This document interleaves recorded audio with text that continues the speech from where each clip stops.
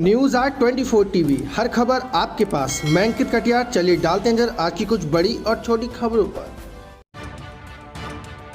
और हार के आज मेरी बेटी ने जान दे दी। वो आप क्या चाहते हैं? सब यही है कि दोषी को सजा मिल जाए, जो उसके भागी हैं वो अपने कर्म को भुगतें, और क्या यही चाहते हैं। जिसे आप अभी तस्वीरों में देख रहे हैं, ये एक सुसाइड नोट है। BA-LLB फर्स्ट ईयर की छात्रा का ये सुसाइड नोट पुलिस प्रशासन का आम जनता पर रवैये की पोल खोल रहा है। बता रहा है कि चाहे जितना मन उतना मिशन शक्ति अभियान चला लें, लेकिन सच्चाई इससे बेहद अलग है।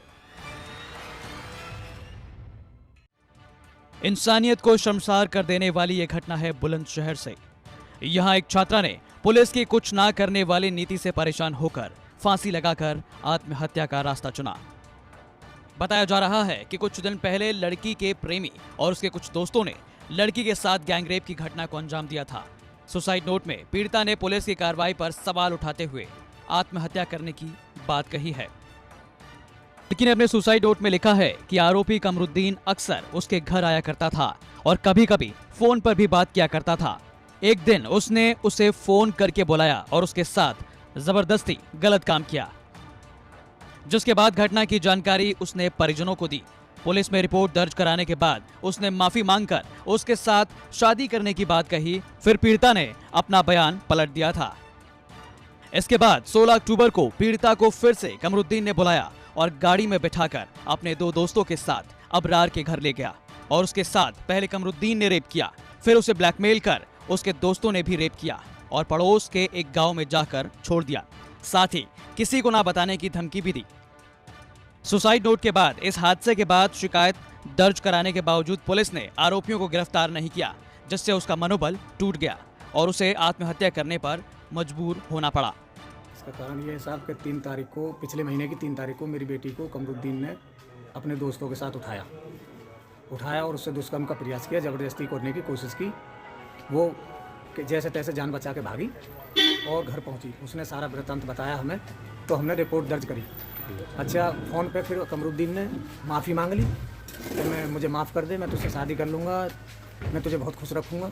उसके बाद दोबारा 16 तारीख को बुलाया रोड पर, गांव के बाहर, और वहाँ पे बोला था कि मैं अकेला हूँ, लेकिन वहाँ ये 3 लोग थे, अबरार, कमरुद्दीन और मुबीन। और जैसा कि लड़की ने हमें बताया साहब, उसी के आधार पर हमने कार्रवाई की, रिपोर्ट भी लिखवाई।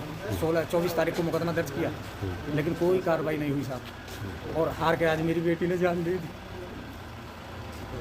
वो आप क्या चाहते हैं? सब यही है कि दोषी को सजा मिल जाए, जो उसके भागी हैं वो अपने कर्म को भुगतें, और क्या यही चाहते हैं। वहीं पीड़िता द्वारा पुलिस लापरवाही पर सवाल उठाते हुए आत्महत्या कर सुसाइड नोट जारी करने के मामले में एसएसपी ने घटना के आईओ सब इंस्पेक्टर को सस्पेंड कर दिया, जबकि थाना प्रभारी और सीओ के खिलाफ एक जांच गठित कर दी गई है, जिसकी जांच एएसपी को दी गई है। इस प्रकरण की जांच के दौरान ये पाया गया कि कमरुद्दीन की लोकेशन तत्समय जब घटना बताई जा रही थी तो फरीदाबाद हरियाणा में थी, और उसके मोबाइल से न तो कोई मैसेज न ही कोई कॉल इस लड़की के मोबाइल पे किया गया था। अबरार की लोकेशन अपने गांव में पाई गई और मुबीन जो छर्रा अलीगढ़ का था उसकी लोकेशन अलीगढ़ में पाई गई।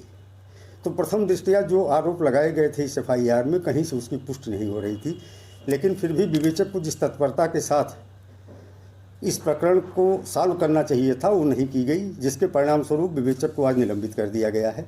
और आज लड़की ने एक सुसाइड नोट छोड़ा है, जिसमें इन 3 लोगों को अपनी मौत के लिए जिम्मेदार मांगा है। पिता की तहरीर के आधार पर इन तीनों के विरुद्ध 306 IPC का अभियोग दर्ज कर इनकी गिरफ्तारी का प्रयास किया जा रहा है। प्रकरण में क्षेत्राधिकारी और थाना प्रभारी की शिथिलता के संबंध में अलग से एक जांच पुलिस अधीक्षक अपराध के द्वारा कराई जा रही है। बुलंदशहर से मुकुल शर्मा की रिपोर्ट, यूपी तक।